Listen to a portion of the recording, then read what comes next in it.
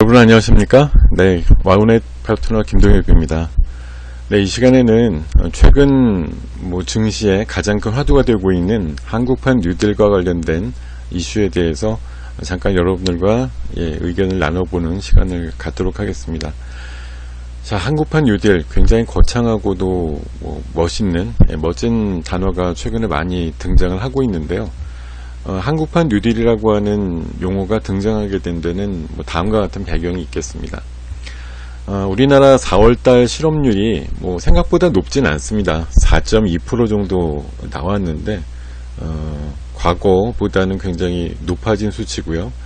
다만 미국이 4월달 실업률이 14%가 넘었고 중국이 5.9%에 비해서는 좀 양호한 수준이라고 얘기는 합니다만 취업할 수 있는 사람들이 넘쳐남에도 불구하고 일자리가 줄어들고 있다는 게 가장 큰 문제가 되겠죠. 여기서도 보시듯이 4월달 취업자가 47만 명으로 급감하고 있다는 얘기죠. 3월달에 19만 명이 줄어들었고 4월달에 47만 명이 줄어들었습니다. 21년 만에 최악의 통계치를 나타내고 있고, 일시 휴직자만 하더라도 최근 들어서 미국 같은 경우는 두 달 사이에 거의 4천만 명이 일시 해고를 포함해서 실직 상태를 들어갔다고 얘기를 하고 있습니다.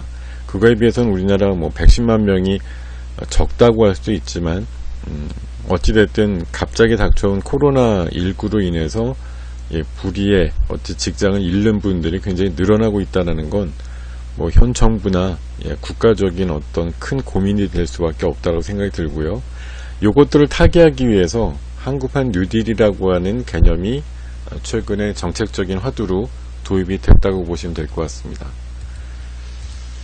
자, 이런 일자리가 감소하고 있는 상황에서 현 정부는 익히 아시듯이 등장할 때부터 일자리가 성장이고 복지입니다라고 하는 구호를 실으면서 일자리 대통령이 되겠다라고 하는 목표를 천명을 하고서 시작을 했거든요. 그러다 보니까 어떤 이슈가 되더라도 결국은 일자리가 만들어지느냐, 이런 부분에 모든 정책적인 방점이 찍혀 있습니다. 그러다 보니까 최근에 4월 하순부터 이런 개념이 등장을 했죠. 한국판 포스트 코로나 이후에 어떻게 하면 살아날 수 있을 거냐는 거에 대한 개념을 한국판 뉴딜이라는 개념으로 들어와 가지고 대규모 국가사업으로 일자리를 만들겠다, 이렇게 천명도 했고, 기획재정부 홈페이지를 가보시면은 이런 식으로 한국판 뉴딜을 추진합니다, 이런 식으로 되어 있습니다. 그래서 각각의 내용들이 좀 소상하게 소개가 되어 있고, 사람 투자를 통한 디지털 선도 인력의 양성이다, 이런 또 큰 주제를 담고 있습니다. 이 안에 내용들을 조금 큰 글씨로 다시 확인을 해보면요. 한국판 뉴딜 프로젝트가 맨 처음에 기획될 때는 디지털과 관련된 개념이 많이 들어갔어요. 그래서 디지털 인프라를 구축한다 그래서 데이터를 수집하고 활용하는 기반을 구축하는 데이터 전주기 인프라를 강화시키고, 국민이 체감할 수 있는 핵심 6대 분야의 데이터 수집 활용을 확대한다, 이런 얘기도 있었고, 5G 네트워크를 조금 더 고도화해서 이제 하반기에는 조금 더 광대역의 5G를 깐다라는 개념으로 해서 인프라를 조기 구축한다. 그리고 5G 플러스와 융복합 사업을 추진한다, 이런 얘기도 있었고요. 그리고 AI라고 작년에 손정희 소프트뱅크 회장이 와서 그렇게 강조했던 개념이고, 작년 12월 달에 국가 정책으로 또 대규모 로드맵으로 발표했던 인공지능과 관련된 그런 융합 개념의 산업들과의 접목을 꾀하는 그런 내용들이 들어가 있고, 최근에 이제 코로나 이후에 갑자기 급부상하고 있는 쪽이 이제 비대면, 어떻게 하면 사람과 사람이 만나지 않으면서 일과 인생을 즐길 수 있느냐에 대한 부분.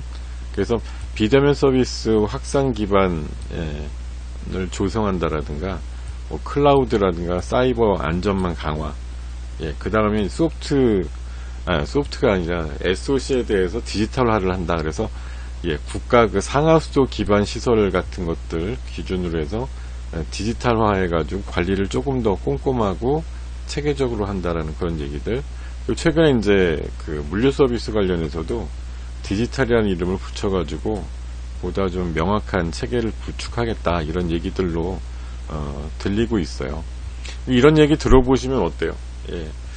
이런 얘기 들으면 이게 어떻게 잘 될 것 같은가 하는 거 한번 그림으로 내가 왕이 될 상인가 이렇게 물어보는 그림을 하나 따왔는데, 이런 식으로 디지털 뉴딜, 한국판 뉴딜이라고 하는 것들 추진해서 굉장히 많은 일자리를 찾을 수 있을 거며, 국가가 위기를 헤쳐나가는데 큰 도움이 될 거냐 하는 부분. 강한 테마주의 조건은 크게 세 가지를 제가 기준으로 좀 삼고 있는데요. 일단 투자되는 규모가 좀 커야 되고, 배후 시장이 굉장히 커야 됩니다. 그리고 얘기하는 수준의 얘기들이 받아들이는 투자가들한테 굉장히 신선하고 처음 듣는데 이거 결과를 알 수 없겠는데 라는 개념으로 좀 다가와야 되고, 동력, 모멘텀이 좀 확실해야 되거든요. 근데 이런 조건으로 보면 일단 조금 이따 설명드릴 그린 뉴딜 포함해서 중장기적으로 약 355조를 투자한다라는 어마무시한 금액을 투자하는 계획이 일단 설정이 되어 있고, 배후 시장도 굉장히 큰 거죠. 이 정도를 투자해 가지고 거의 1000조대 시장을 만들겠다라는 그런 야심을 갖고 있는 거고, 신선도 면에서는 조금 떨어집니다. 예전에 이명박 대통령 정부 때 추진했던 녹색성장이라든가 또 박근혜 대통령 때 창조경제도 사실 ICT 기반의 디지털 경제를 한다던가 친환경 중심의 녹색 경제를 간다던가 이런 개념이 사실은 다 녹아있는 개념이었는데, 이걸 다시 이제 집대성해가지고 한국판 뉴딜이라고 새롭게 각색 포장을 했다라고 볼 수가 있어서 신선하다고 볼 수는 없어요. 그렇지만 우리나라가 나갈 길인 거는 분명하겠죠. 거기다가 이런 이제 큰 정책을 추진함에 있어서는 추경이든 또 어떤 재원 마련을 위해 가지고 국회 동의가 굉장히 필요한 상황인데, 이번 총선을 통해 가지고 현 여권이 범여권표가 여권 의석이 한 180석 거의 될 정도의 규모이기 때문에 법안 통과라든가 예산 통과라든가 이런 부분에 있어서 굉장히 절대적으로 하고 싶을 수 있는 힘이 있다라는 거에 강한 정책의 의지가 실행될 수 있다라는 그런 가능성들이 있겠습니다. 이런 것들 기반으로 보면 디지털 뉴딜이라고 하는 개념에는 언택트라고 하는, 방금도 말씀드렸듯이 비대면 개념과 디지털이라고 하는 SOC 쪽 이런 거에 이제 집중이 될 거라고 보는데요. 그래서 DNA 어스라 그래가지고 데이터, N은 네트워크, A는 AI 인공지능이고요. U는 언택트 비대면이고, S는 디지털 SOC 이렇게 해가지고 DNA US라고 하는 개념으로 디지털 뉴딜의 기본 방향을 잡고, 여러 가지 이제 데이터와 관련된 그런 얘기들을 많이 좀 정책적으로 추진을 하려고 하고 있고요. 이런 것들 기반으로 해서 각 몇 개 섹터라든가 이런 것들을 좀 보면은 이런 식으로 좀 구분할 수가 있어요. 요새 이제 큰 이슈가 되는 빅데이터 관련 데이터 3법도 통과가 됐기 때문에 데이터를 어떻게 좀 가공해가지고 산업적으로 접목을 해가지고 쓸 수 있느냐, 이런 분야.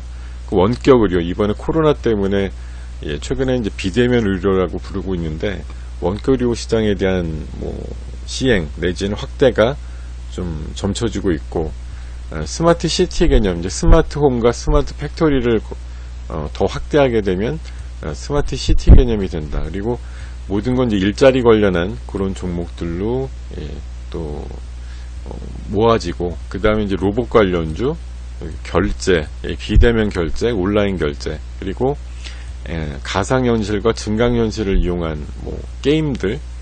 최근에 이제 게임 같은 경우도 비대면에 또 확실한 반대급부적인 성장산업으로 얘기들을 많이 하시는데요. 그리고 아무래도 데이터들을 다루게 되다 보니까 물리적인 어떤 보안 상태나 수식적인 어떤 보안 상태, 데이터의 어떤 보안 문제와 관련된 그런 종목들이 활발하게 좀 관련주로서 부각이 되고 있습니다. 다만 저도 좀 느끼는 부분인데 디지털 뉴딜의 약점은 뭔가 하면은 실제적으로 보면은 고용 유발 효과가 별로 없지 않을까 하는 거죠. 디지털 뉴딜이라고 하는 게 자기 모든 게 전산화되고 데이터베이스화되고 진짜 자동화되고 이런 개념이 되기 때문에 이런 것들 나중에 시스템이 구축되고 나서 운용하는 데는 소수의 고급 인력만 필요하지, 사실은 디지털 경제가 완성이 된다고 하면 일자리는 더 줄어들 수밖에 없다는 얘기예요.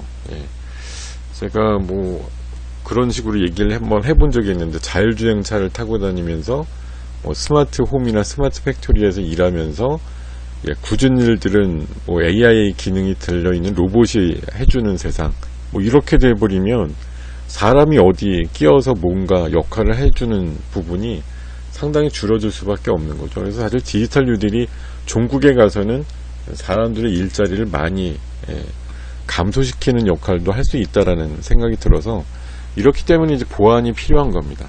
보안이 필요해서 나온 개념이 뭐냐? 바로 그린 뉴딜이죠. 저는 그렇게 생각을 하는데요.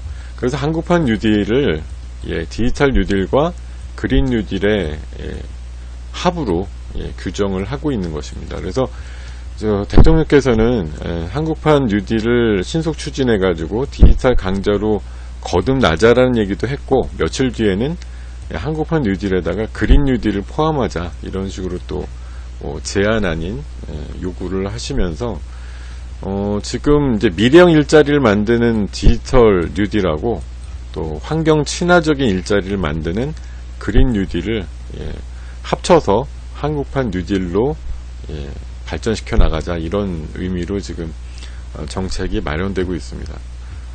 이런 내용들을 조금 더 소개를 해드리면, 자, 지금 대통령께서 어저께, 그죠, 25일부로 해서 그린 뉴딜의 성장 토대를 만들 거다 이렇게 하면서 6월 중에 이제 새 국회가 5월 말부로 구성이 다시 개원이 되기 때문에 6월 중에 신속하게 임시국회라도 열어서 3차 추경안을 처리한다, 이런 방안들. 지난번에 규모로는 약 18조 원 정도 규모로 해서 얘기가 나오고 있던데요. 그 부분들이 어떻게 쓰일 거냐 하는 부분들, 18조 정도 해당되는 금액인데, 이게 어저께 25일날 있었던 국가재정전략회의에서 재정을 경제회복 앞당기는 마중물로 해서 그냥 본격적으로 쏟아붓는다, 이런 식으로 얘기를 하고 있어요. 그래서 디지털 경제로 전환을 앞서서 준비를 하고 일자리 창출하는 거는 그린 뉴딜을 강조한다, 이거죠. 그러니까 결국은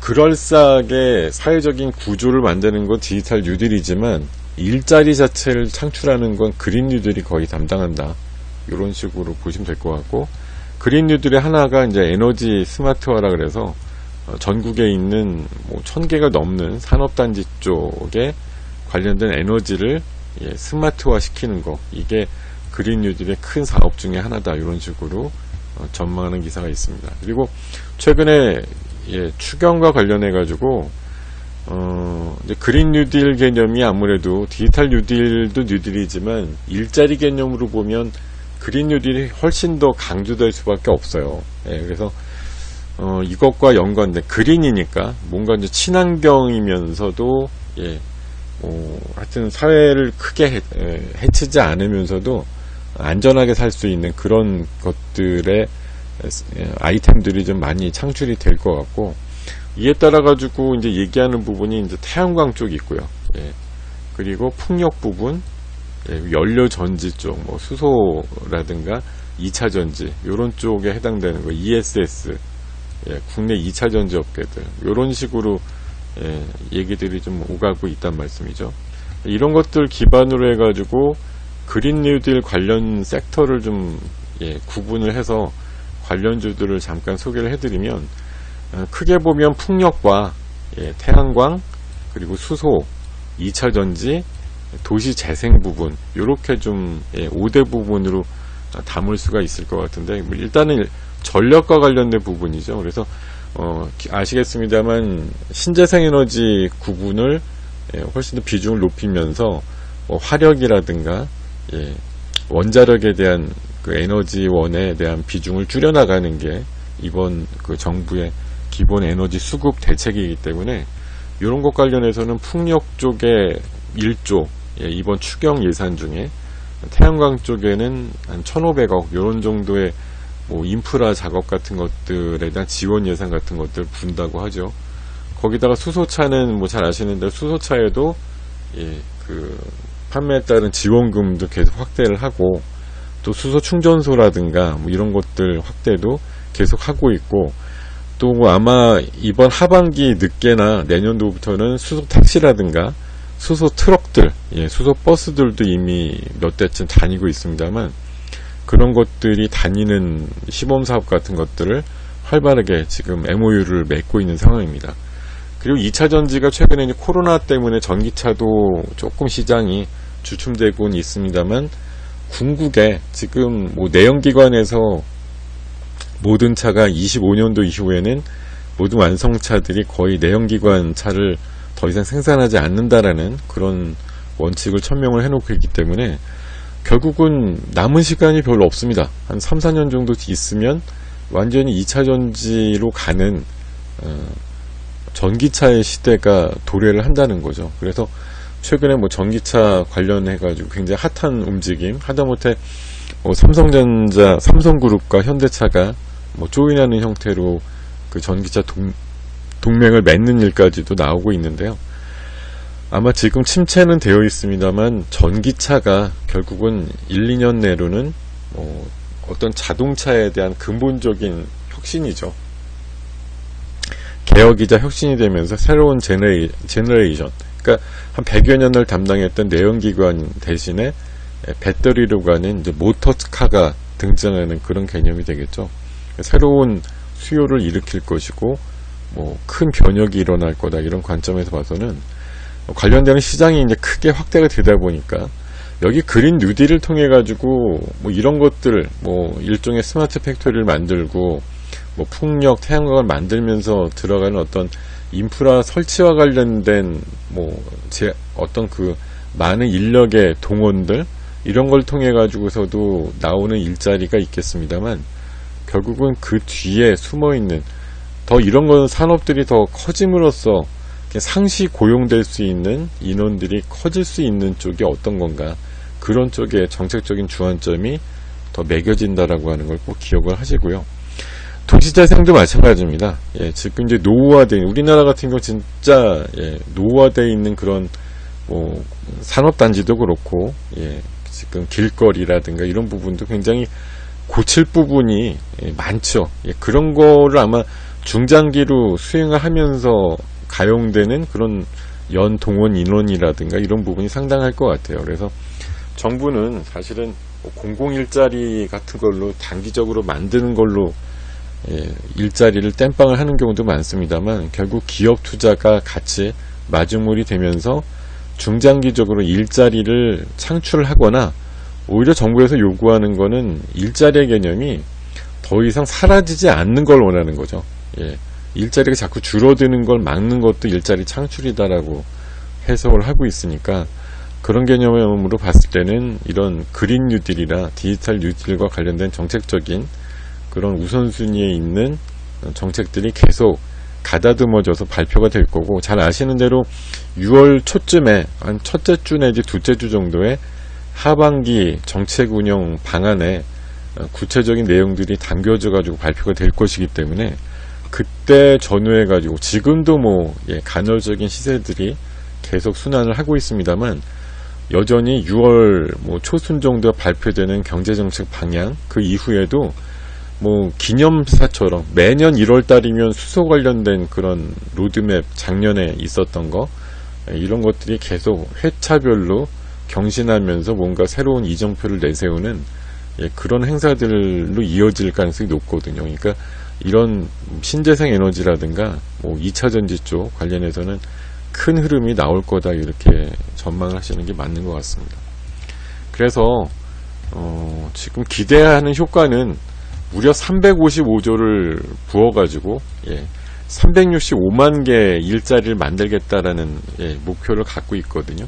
근데 이거 개당 생각해보면 한 개의 일자리 만드는데 1억 원씩 들어가는 겁니다. 사실 굉장히 귀하고 엄청난 대가를 치르면서 만드는 일자리인데, 사실 이 일자리의 상당수는 뭐 디지털 뉴딜 같은 걸로는 창출이 좀 어려운 상황이고, 기존의 일자리를 잃지 않는 부분이 상당히 크다라고 생각을 하셔야 될 거고, 아마 정부에서 뭐 3개월, 6개월로 유도하는 공공 일자리 같은 것들도 굉장히 많이 생길 거다 이런 생각이 드는데, 일단은 뭐 기대해 볼 수 있는 건 이거예요. 아까도 말씀드렸듯이 이번 한국판 뉴딜의 정책에 관련된 추진력이 분명히 존재한다.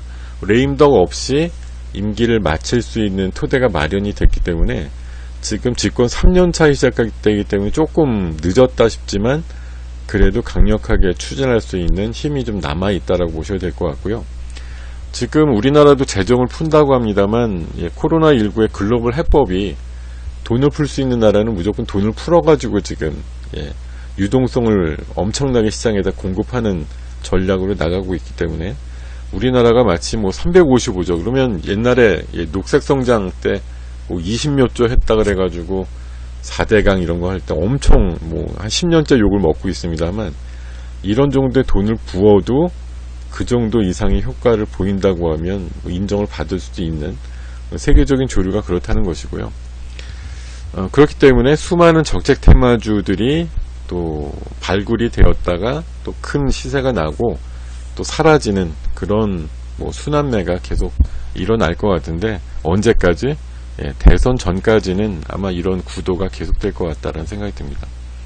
다만 이런 정책에 있어서도 주의를 하셔야 될 점이 있다고 생각이 드는데요. 이게 뭐 한국판 뉴딜에 대한 기대가 기업이 63%다 이런 식으로 뭐 서베이 조사가 나오고 뭐 적절하냐, 뭐 효과가 있을 것 같으냐 이런 서베이가 나온 게 이번에 조사한 게 아닙니다. 2004년도에 했을 때도 이게 15년 전에 노무현 정권 정부에서 했던 거예요. 한국판 뉴딜이라고 그때도 그 이름으로 했던 건데, 뭐 하다가 그게 결국은 뭐 완성을 받다 그러면 굳이 더 할 게 없었겠습니다만, 뭐 15년 전보다 물론 과학이나 여러 가지 여건들이 IT라든가 이런 여건이 많이 달라졌습니다만, 그때도 하려다가 결국은 뭐 정부 끝나면서 흐지부지 됐고, 그 다음에 바통을 이어받은 게 이명박 대통령 때 녹색성장이죠. 녹색성장 4대강 한이만이 그러다가 끝났죠. 그리고 그 다음 바통은 또 창조경제. 창조경제 박근혜 대통령 때 있었던 뭐 경제 정책의 큰 개념인데, 창조경제가 뭐냐 이거 생각하다가 3년 그냥 지났거든요. 그래서 이번에 한국판 뉴딜에 들어가는 디지털 뉴딜과 그린 뉴딜은 그래도 10여 년의 역사 속에서 개념이 좀 빨리 정해져 있는 거기 때문에, 빠른 재정 투입과 과감한 뭐 규제 혁파를 통해 가지고 좀 의미 있는 성과가 달성될 수 있으면서 일자리를 결국 창출할 수 있는, 그러면서 이제 부가가치가 창출돼야 또 나라가 투자된 걸 또 회수할 수 있는 그런 선순환이 되는 거니까요. 그런 식으로 좀 돌아갔으면 좋겠고, 어찌됐든 힘 있는 정부가 밀어붙이는 정책이니만큼 그린 뉴딜이라든가 디지털 뉴딜 관련한 종목들에 대한 뭐 주도 섹터의 주도 종목들에 대한 관심은 뭐 당분간 지속해서 가져가셔도 좋겠다는 말씀을 드리겠습니다. 자, 뭐 다시 한번 정리를 해봅니다만, 많은 돈을 쓰니까 제대로 쓰고 제대로 일자리가 만들어지고 산업적인 디지털화, 그리고 친환경적인 그린 뉴딜이 성공하기를 좀 바라는 마음으로 관련되는 내용들 여러분들과 같이 공유해보는 시간 가졌습니다. 다음 시간에 다른 순서로 다시 만나 뵙도록 하겠습니다. 감사합니다, 여러분.